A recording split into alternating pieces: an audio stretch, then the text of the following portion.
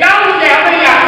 अरे इसी तरह की प्रहलाद भगवान का नाम छोड़ने को तैयार हुई और मेरा नाम लेने को। ऐसा नहीं सोचा करती भैया, संसार में तो दोनों चलते हैं, चिंता नहीं करते। देखिए गुलाब है, कितना सुंदर होता है, सुगंधी वाला होता है, और उसके चारों तरफ क्या होते हैं? कांटे होते हैं। समुद्र होता है, कितना विशाल होता है, कितना गंभीर होता है, और उसका भी पानी खारा होता है। चंद्रमा होता है, कितना सौम्य होता है, कितना चांदनी से भरपूर होता है, और उसमें भी कलर होता है। कलर इसी बात में एक बात मुझे याद आ, अरे मियां बीबी का विवाह, अब पहला ही दिन था उनकी शादी का, और पहला दिन भी था, सुबह हुई भी नहीं थी कि पत्नी घर छोड़कर क्या हो गई? भाग गई पत्नी घर छोड़कर। घर वाले बड़े परेशान हुए, उन्होंने बेटे को बुलाया कि क्या बात है, क्या कहानी हुई? जो इतना झगड़ा बड़ा मामूली बात का बड़ी जल्दी हो जाता है, और होली तो झगड़ों को मिटाने का पर्व है, एक व्यक्ति को गले लगाने का पर्व है, सबको साथ लेने का पर्व है। इवन की होली के दिन तो अपने मजदूरों को भी प्यार देकर मिठाई दी जाती है। तो ऐसे में क्या हो, सब घर वालों ने कहा बात क्या कुछ भी बात नहीं हुई पापा, कुछ भी तो नहीं मामा में, मैं जानता हूँ कुछ भी बात नहीं हुई है, हम तो पूरी रात बड़े आराम से सोए, कुछ में ऐसा नहीं हुआ। तो वो चली हो गई, आखिर 2-4 लोग गए, कहते कि मेरा पति मुझे कलंकिनी कहता है, मेरा पति मुझे कलंकिनी कहता है। पति भी साथ में गया था, उसने कहा भगवान मैंने तुझे कब कलंकिनी का मुझे बता तो दे, मुझे तो बिल्कुल भी याद नहीं, हम तो इतने प्यार से बातें की है, कलंकिनी शब्द मेरे तो मुंह से ही नहीं निकला। अरे क्या बात है, क्या आपने मुझे कहा था ना कि तू तो चंद्रमा के समान सुंदर है, तू तो चंद्रमा के समान सुंदर है, तो चंद्रमा में क्या होता है? देखा, झगड़ा करना उसके बाद ऐसे जब आपको 1000 मिल जाएंगे, वकीलों से जाकर पूछ लेना, ऐसे तलाक को सारे मिल जाएंगे। तो चंद्रमा गंभीरता वाला होता है, बड़ा शांत होता है, सौम्य होता है, और उसके भी क्या होता है? हम मोर का नृत्य कितना अच्छा लगता है, मयूर जब नाचता कितना अच्छा लगता है, पर बेचारे मोर का क्या है? तो इसलिए भैया कौन कह रही है? होली का सोचा नहीं करते, संसार में तो ये सब चलता है, प्रकृति अपने आप सब कुछ करती रहती है। कैसे प्रकृति करती रहती है बताती हूँ आपको। एक व्यक्ति था गाँव में, बड़ा अच्छा सुलझा हुआ व्यक्ति था, हर रोज मामलों को सुलझाता था और बड़े आराम से रहता था। उसका पास पड़ोस भी अच्छा था, उसने घोड़ा रखा हुआ था। एक दिन क्या हुआ, उसका घोड़ा चला गया, एक दिन उसका घोड़ा चला गया। जब उसका घोड़ा चला गया तो बड़ा मतलब सोच रहा था बैठा हुआ, लेकिन नहीं उसके पड़ोस का एक बच्चा, एक भाई आया और कहने लगा काका क्या रात को आपका घोड़ा भाग गया? अरे बेटा, जो प्रभु की इच्छा, जो प्रकृति को अच्छा लगा कर दिया, तो आपको दुख नहीं हो रहा क्या? काका आपको कोई नहीं, जो हो रहा सब ठीक है, चिंता नहीं करती, जो होता है सब ठीक है। उसी को बड़ा गुस्सा लगा, हुआ मतलब आ गया घर। 2-4 दिन बाद देखा कि उसका घोड़ा भी आ रहा है, पीछे 5-4 घोड़े उधर कर आ रहे जंगल से।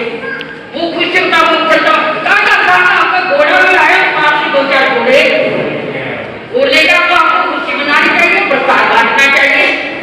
काका ने कहा भैया खुशी और प्रकृति क्या है, प्रसाद की कोई बात नहीं, जो होता है सब अच्छा ही होता। उसके बेटा भी था, एक दिन वो क्या है, उस जंगली घोड़े आए, उसके ऊपर चढ़ गया। अब वो जंगली घोड़ा तो उसने इतनी पूरी तरह लात मारी, उसका बच्चा नीचे गिरा, उसका पैर टूट गया बेचारे का। अब फिर वही पड़ोसी आता था, क्या घोड़े आपके लिए आए? शामत ले आए, आपके तो घोड़े क्यों शामत ले आए, क्या हुआ? अरे देखो ना, घोड़े ने आपके बेटे का क्या कर दिया, पैर तोड़ के रख दिया।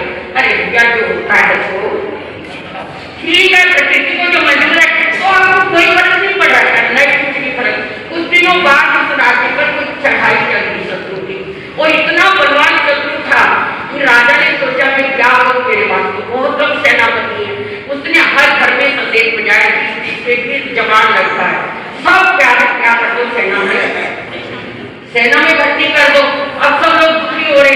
इसके घर में भी आ गए सेना लेने के लिए बच्चों को।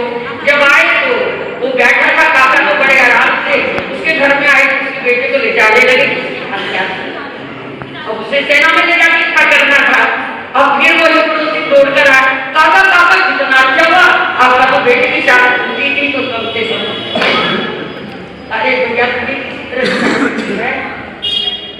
मुझे किसी तरह क्या है चैन है, अगर मेरा पूरा तभी मैं तो जैसा था वैसा ही हूँ, प्रकृति है सब चलती है। तो कह रही है होने का मत सोचो, हरिनाम दर्शक को कहती मत सोचो। क्यों ना सोचो, जब मेरा बेटा मेरा कहानी मानता तो क्यों ना सोचो। तो सुनो मेरे पास में एक वरदान, क्या वरदान है, आग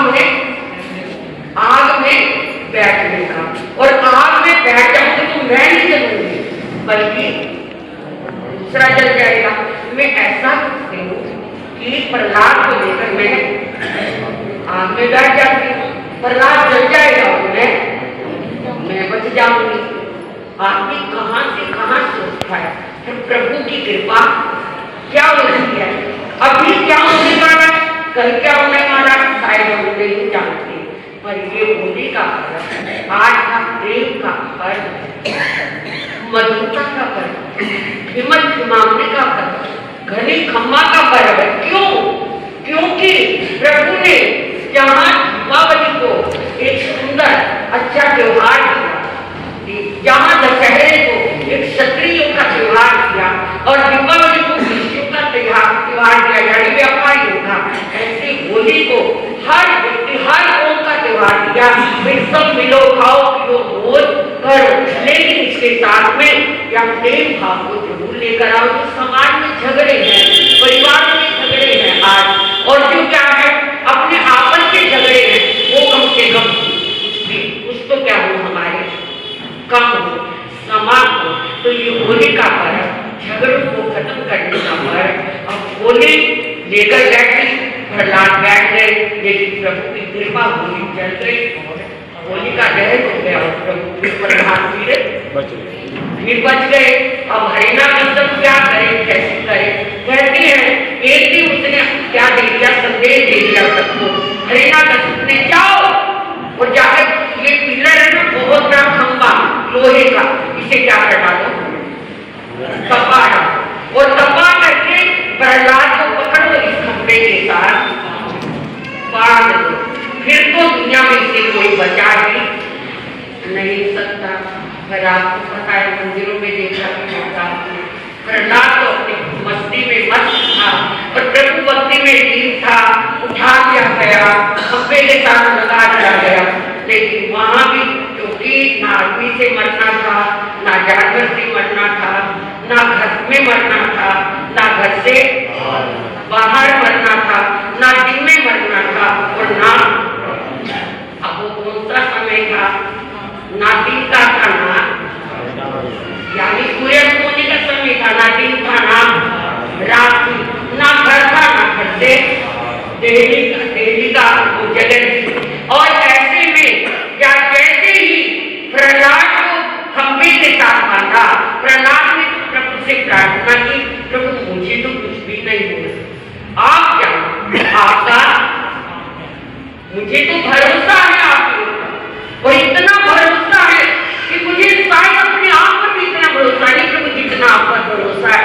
कहते ही खंबा फट गया और नरसिंह अवतार उसमें से प्रकट हो गया, और नरसिंह अवतार ने क्या उसी वक्त धागा डरती मारे भरना कसम, ना दिन था ना रात था। और नरसिंह का मतलब समझ गए होंगे, आधा इंसान का हो रहा था शेर का।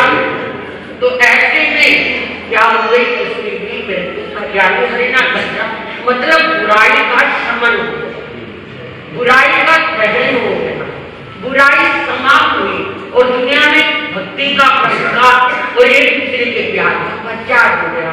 तो आज का दिन हमारे सबका एक प्यार का दिन है, मिलन का दिन है, सहनशीलता का दिन है, और जैन धर्म के अनुसार विचार लेने के बाद हमारे मनों में आई हुई कुछ कलुषित भावनाएं, कसाय, ईर्ष्या, द्वेष, क्रोध आदि समाप्त कर देगा, क्योंकि 3 चातुर्मास आते हैं हर साल।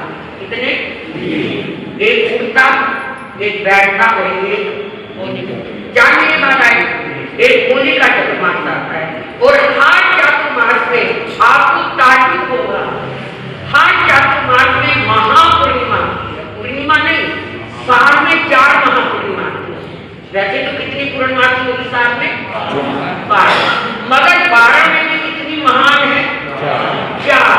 वो 4 में एक होली वाली महापूर्णिमा कल देखी आपने, एक उगते चातुर्मासी, और ये रमजान का महीना भी आपको पता चल रहा है, रमजान का, क्योंकि बहुत पवित्र दिन माने गए। और इन पवित्र दिनों में हम शराब पी ले, नशा कर ले, या क्या नॉनवेज खाएं, या गलत आदतों में जाए, तो आप बताइए कि उस पवित्रता में जहाँ हम पवित्र होकर के एक तरफ महास्नान करके पवित्र होते हैं और एक तरफ बाहर निकल के अपनी मिट्टी अपने ऊपर डालने, तो उसका उस स्नान का लाभ क्या होगा, फायदा क्या होगा? तो आज का जो पवित्र स्नान है, जिसमें नहा करके हमने अपने मन वचन काया के विकारों की विकृतियों को क्या करना है? समाप्त करना है।